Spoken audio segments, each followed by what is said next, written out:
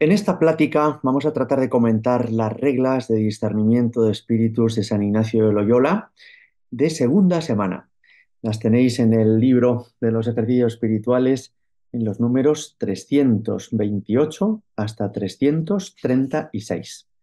Hay una primera cuestión que es muy importante y es explicar por qué las llamamos reglas de discernimiento de espíritus de segunda semana.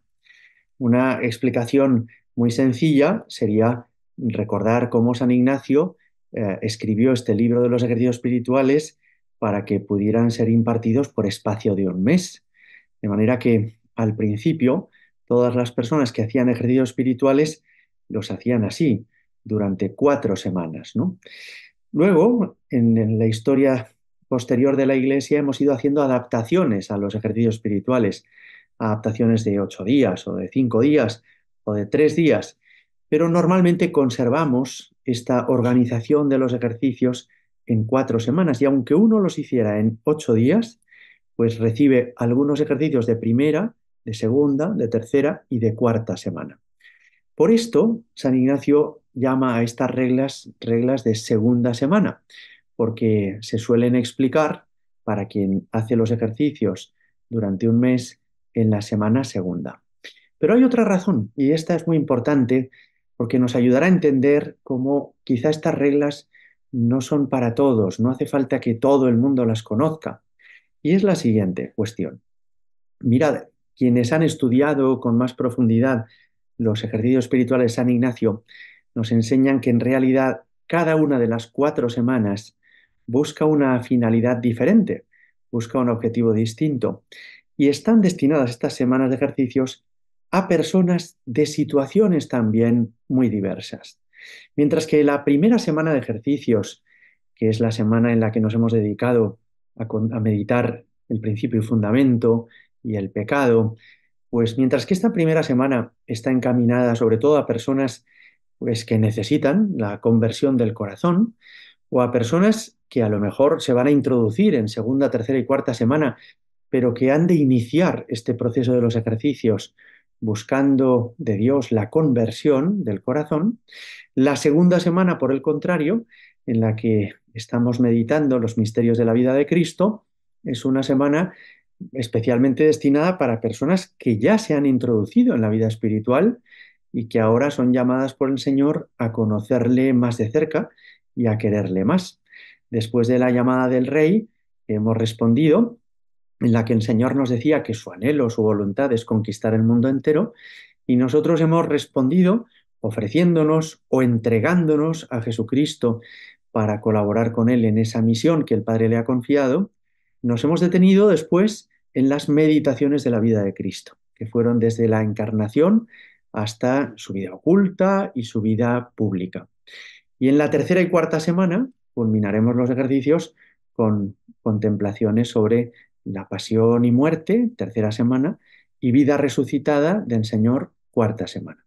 Pero esto ha hecho entender a los estudiosos de los ejercicios que quizá cuando los autores espirituales dicen que en la vida espiritual suele haber 3 etapas, ¿no? Pienso, por ejemplo, en la obra de Garrigou-Lagrange, las edades o las etapas de la vida espiritual, esas 3 etapas que solemos denominar vía purgativa, vía iluminativa, vía unitiva, pues los estudiosos de los ejercicios piensan que los ejercicios de primera semana son en el fondo un inicio en la vida espiritual a través de la vía purgativa, que la segunda semana está destinada a crecer en la vía iluminativa y que la semana tercera, o por lo menos la cuarta, con respecto a la tercera hay diferentes opiniones, está pensada sobre todo para personas a las que el Señor quiere llevar ya a la unión plena con Él, a la vía unitiva, ¿no?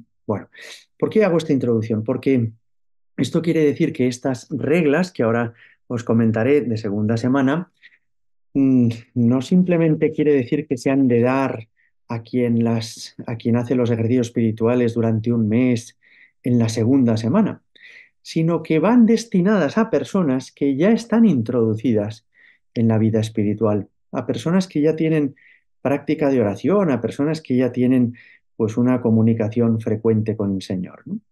Y hago esta anotación porque tal vez ahora cuando las expliquemos, algunas personas que os habéis sumado a esta iniciativa de los ejercicios espirituales online, pues os suenen un poco a chino y digáis, pero es que esto no entiendo nada. Pues no os preocupéis, porque es que tal vez estas reglas sean para vosotros una ayuda en otro momento, quizá en el futuro, tal vez no ahora mismo, ¿no? Bueno, vamos allá con ellas. En la regla primera, estoy en el libro de los ejercicios espirituales, en el número 329, dice San Ignacio que es propio de Dios y de sus ángeles en sus oraciones dar verdadera alegría y gozo espiritual, quitando toda tristeza y turbación que el enemigo induce. Y que lo propio del enemigo, del maligno, es militar contra la tal alegría y consolación espiritual, trayendo razones aparentes, sotilezas y asiduas falacias, ¿no? Bueno, ¿esto qué quiere decir? Pues que como ya habíamos leído en las reglas de discernimiento de espíritus de primera semana, a quien va de bien en mejor, a quien va creciendo en la vida espiritual, normalmente el Señor le alienta, le anima, le da paz y alegría, le consuela. Y cuando esta persona percibe probación, inquietud, miedos, pues seguramente es porque eso es una tentación, seguramente es porque el maligno quiere alejarle del buen camino que ya ha emprendido y en el cual está avanzando. En la segunda y tercera regla nos habla San Ignacio de cómo la consolación puede ser con causa precedente o sin causa precedente. Una consolación sin causa precedente significa que Dios interviene en el alma de una persona sin que esta persona haya por su parte hecho nada especial que la haya predispuesto a recibir esta consolación, ¿no?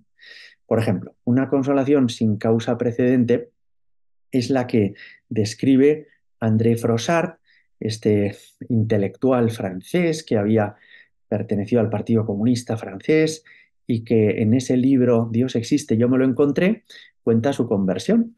Y es que un día había quedado con un amigo en la Catedral de Notre Dame en París y entrando en el templo, el Señor le hizo quedarse sobrecogido. Él percibió su presencia y percibió su amor y lo percibió con tal nitidez, con tal claridad que no lo pudo dudar, ¿no? No parece que André Froissart se hubiera preparado para recibir esa consolación, que va, su vida anterior había sido una vida de espaldas a Dios, ¿no?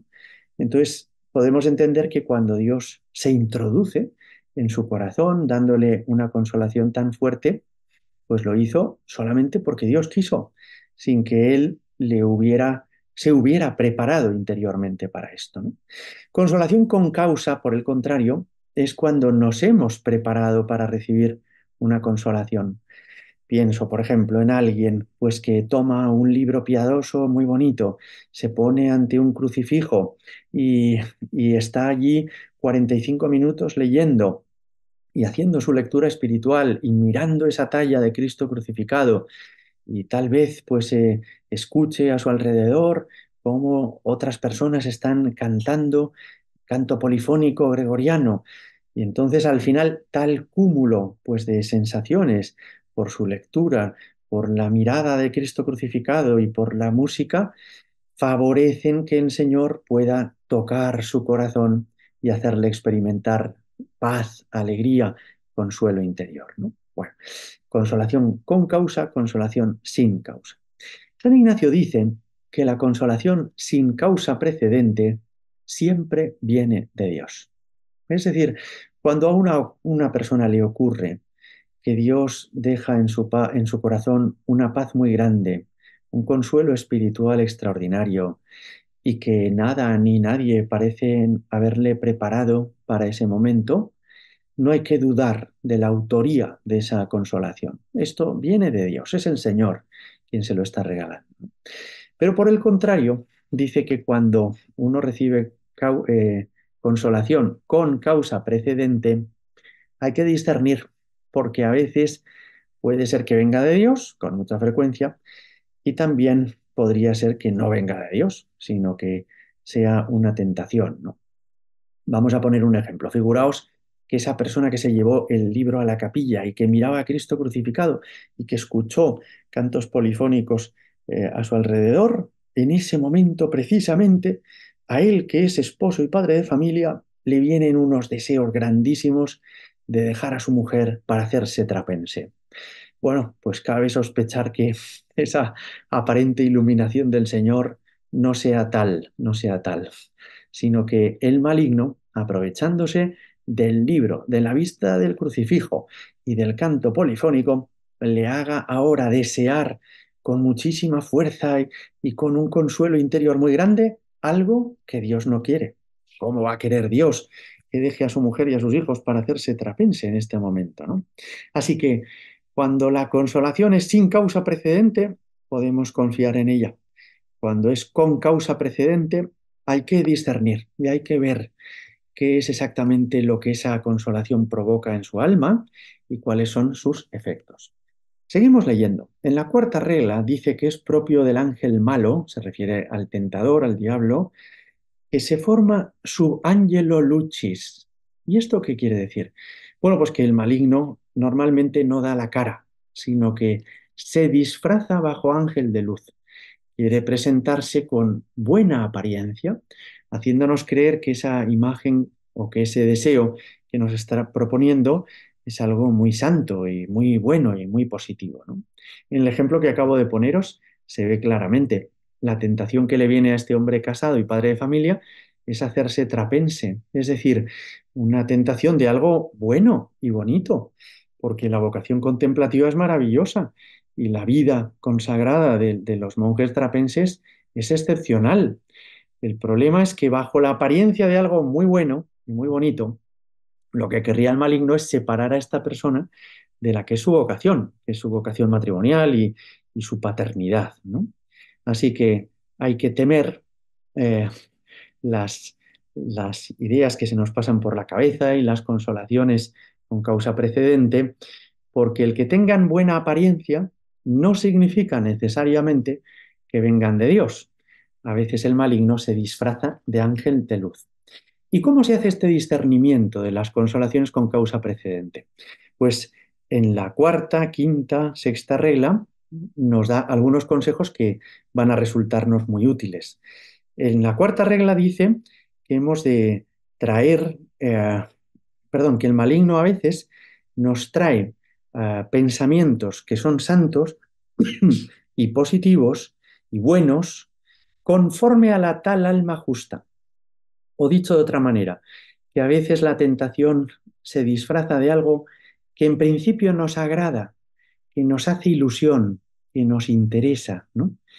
Si este padre de familia del que os vengo hablando unos minutos resulta que está teniendo problemas en su matrimonio o está teniendo problemas pues en la educación de sus hijos y además también tiene problemas económicos y además su jefe en el trabajo le hace la vida imposible, pues esta tentación de hacerse trapense le complace mucho. Es que le parece que es una idea excelente, es estupenda. En el fondo es una huida. El maligno viene con una sugerencia que a él le complace, pero que en su caso no es algo que Dios quiera para él en este momento. En la quinta regla dice que para discernir estas consolaciones con causa precedente, hemos de pararnos a pensar en el discurso del pensamiento, esto es, en cómo comenzó este pensamiento, en qué pensamientos vinieron después y a dónde le conducen, el principio, el medio y el fin. Porque a veces el pensamiento comienza bien. Por ejemplo, en este ejemplo que venimos trabajando, ¿no? Pues este hombre puede pensar, qué hermosa es la vida de oración. Ese es su primer pensamiento. Y es un pensamiento bueno. Es decir, hasta aquí no hay nada que tenga que suscitarle sospecha. Segundo pensamiento, la oración es muy buena, pero en las actuales circunstancias en las que yo estoy, trabajando tantas horas en una oficina y teniendo que dedicar tanto tiempo a los niños y a mi mujer, apenas encuentro tiempo para la oración. Hay algo aquí que no funciona. Bueno, este pensamiento que está en el medio también puede ser que sea bueno. Es decir, que él se dé cuenta de que la vida le está absorbiendo demasiado, que tendría que tomar alguna decisión para parar más, para tener más tiempo de oración. Y ya cuando llega a la conclusión de ese curso de los pensamientos y le dice la conclusión, márchate, márchate a esta abadía donde te están esperando, donde Dios te hará gozar mucho de sus consuelos. Esa conclusión ya sí que es una tentación. Por eso es muy importante en las consolaciones con causa precedente atender al principio, al medio y al fin, no solo a la primera idea que se me pasó por la cabeza, que puede ser buena, sino a las ideas que vinieron después y a la conclusión que saqué, porque bastaría con que una de esas tres cosas no fuera correcta para poder entender que esa idea no es una inspiración divina. En la sexta regla dice que cuando el enemigo de la naturaleza humana, el diablo, es sentido y conocido de su cola serpentina, aprovecha mucho al que ha tenido esta consolación con causa, que era una tentación disfrazada, subangelo lucis, le aprovecha mucho mirar cómo ha sido el discurso de los pensamientos para aprender para el futuro, para guardarse para adelante. ¿Qué significa con esto? Significa sacar provecho hasta de nuestras propias tentaciones. De manera que si a este hombre ya le ha pasado dos veces, una vez en el año 2016 y otra vez en el año 2019, que estuvo a punto de marcharse de casa para irse monje, cuando le vuelva a suceder esto, en 2024 o en 2025, él debe pensar, esto ya me ocurrió a mí y era una tentación y me lo dijo un sacerdote en la confesión o en la dirección espiritual. Por tanto, no incurriré ahora en el mismo error. Es bonito esto, es decir, que cuando el Señor ya nos ha mostrado cómo nos suele engañar a nosotros el maligno, que tomemos nota, que aprendamos. En el fondo, vayamos adquiriendo una cierta experiencia y un cierto bagaje espiritual para ir sabiendo olfatear cosas que ya uno intuye que no son de Dios, sino que son una tentación del maligno, ¿no? La regla séptima es muy bonita porque dice que en los que proceden de bien en mejor, y habló de esto en las reglas de discernimiento de primera semana, el buen ángel toca a la tal ánima dulce, leve y suavemente, como gota de agua que entra en una esponja, y que en cambio el mal espíritu toca agudamente, con sonido e inquietud, como cuando la gota de agua cae sobre la piedra. ¿Qué significa esto? Pues una cosa muy importante y muy bonita, y es que Dios suele actuar en las almas con suavidad, con respeto y normalmente no con unos cambios bruscos que a uno le hacen cambiar la orientación de su vida espiritual, si es que ésta iba bien, de una manera drástica y radical, sino paulatinamente, progresivamente. El Señor nos hace crecer espiritualmente como hace crecer las plantas o como hace crecer a los animales, es decir, con sencillez, con naturalidad, ¿no? Voy a poner algún ejemplo de esto para que se entienda mejor, ¿no? Figuraos que una orden religiosa pues lleva un camino muy provechoso de 400 años de historias de santidad, de virtud, de mártires, en fidelidad a las constituciones de su fundador, etcétera, ¿no? Y ahora aparece un monje o una monja de esa congregación y dice, el Señor me ha revelado que para que nos vaya bien a los que pertenecemos a este instituto, a esta orden, tenemos que cambiar las constituciones, concretamente el punto 1, el 4, el 7, el 9, el 23 y el 48. Y tenemos que darle un giro a nuestro instituto muy radical. Ahora es cuando vamos a empezar a vivir lo que Dios nos pide. Ahora es cuando vamos a hacer por fin lo que el Señor estaba esperando de nosotros y no había conseguido en los 400 años anteriores. Esto es sospechoso.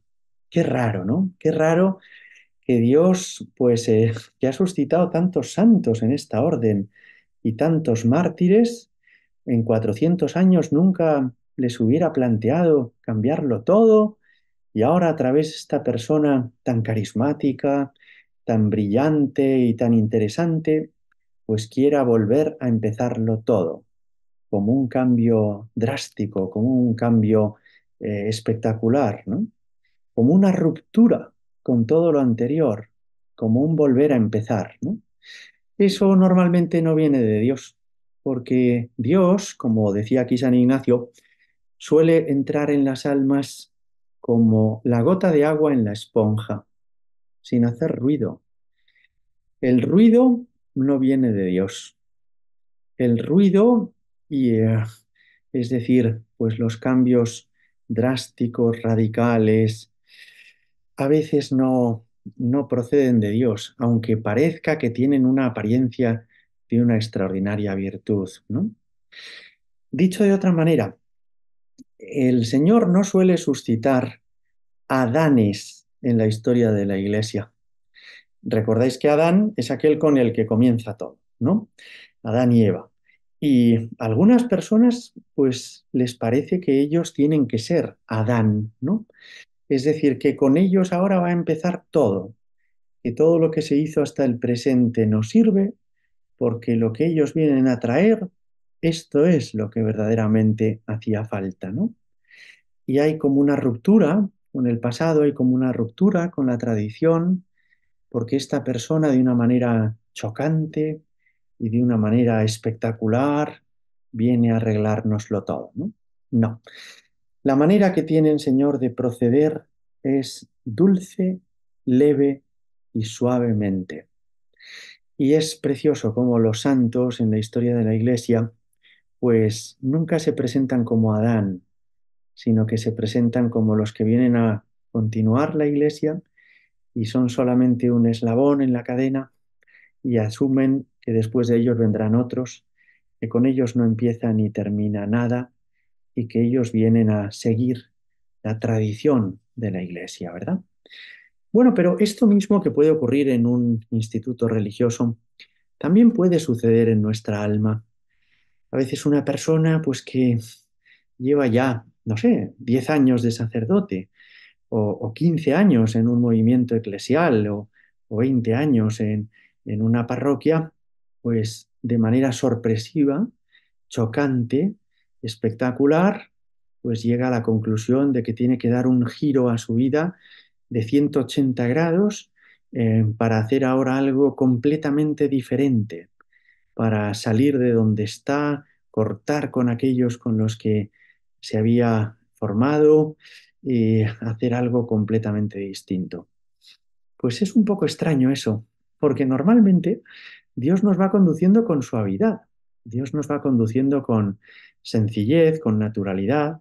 A veces pone una persona en tu vida que te hace mucho bien, luego conoces a través de un libro pues la espiritualidad de un santo, más tarde vives una experiencia que te hace crecer, después hay pues algo o alguien que te marca de nuevo, pero no es de golpe, de la noche a la mañana, sino que Dios va ayudando a hacer que sea un proceso natural, sencillo, un proceso en el que se nota la suavidad del Espíritu Santo.